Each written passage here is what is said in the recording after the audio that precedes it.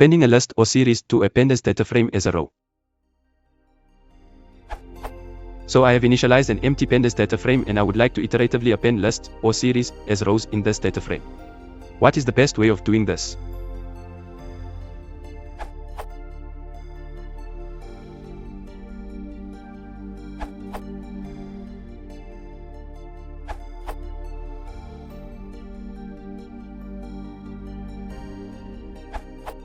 Sometimes it's easier to do all the appending outside of Pandas, then just create the data frame in one shot.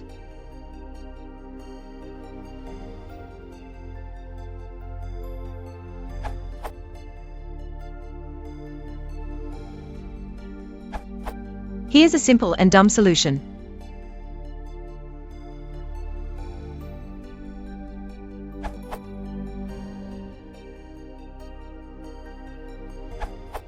Could you do something like this?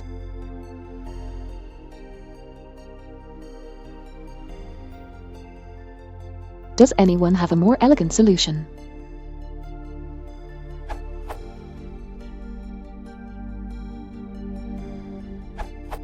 Following on to Mike Chirico's answer. If you want to append a list after the data frame is already populated,